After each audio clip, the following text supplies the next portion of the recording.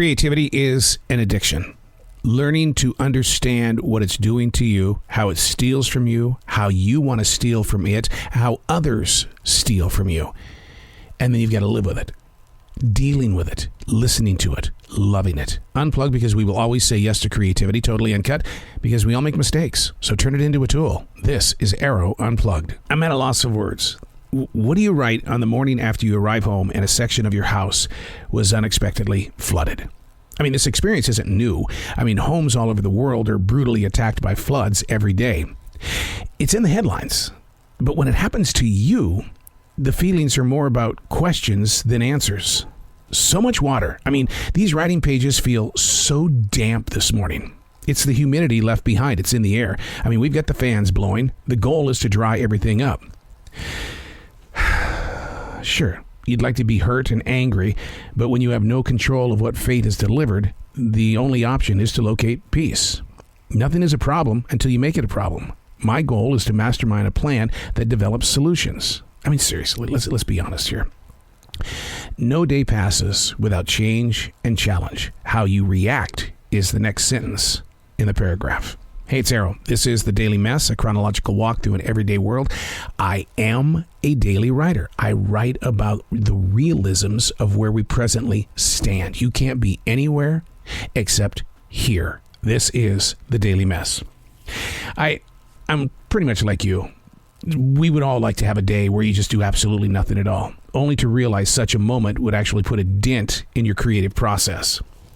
No passerby will ever be blessed with a speaker that showcases the multiple vocal tones that are inside your head and heart. It is actively moving around your creative spirit. Then here it is. The art is put on display, which is then interpreted by those who stop by to just visualize it. The accent on what's being delivered carries the weight of little to no light. But in the end, those that receive it, do they care about the access into the human heart? It's art. It's a moment of expression. It's here without notice. It can also be gone without notice. So then why did it even appear, right? The development of setting creativity free is physically a discipline. But somewhere along the line, you got to picture yourself as being a fisherman out on a boat, seeking to latch onto something that's going to exist tomorrow. And if today is not that day, then tomorrow you could be hungry. That to me is the art of creativity and why you've got to learn how to tap into it and tap out of it.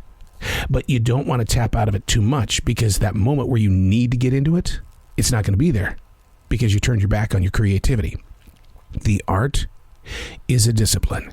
It's showing up every day. In fact, I just had a phone call from a very good friend who's started a podcast, and his numbers aren't looking good. And he goes, well, what am I doing wrong? I said, it's the old statement, if you build it, they'll come. But if you only build it at a certain time, they'll come at a certain time. They may finally discover your podcast 5 years from now.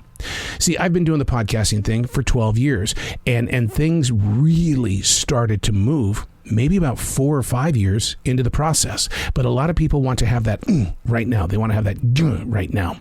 And that's not the art of the discipline. The discipline is showing up, constructing, rebuilding, sitting there and planting new things, replenishing the soil, having new ideas, and having the courage to move in whatever direction you're doing. You could be a chef. You could be a teacher. You could be a banker. Whatever your art is, it's a discipline. Are you disciplining your creative self? I'm Arroe, and that's The Daily Mess.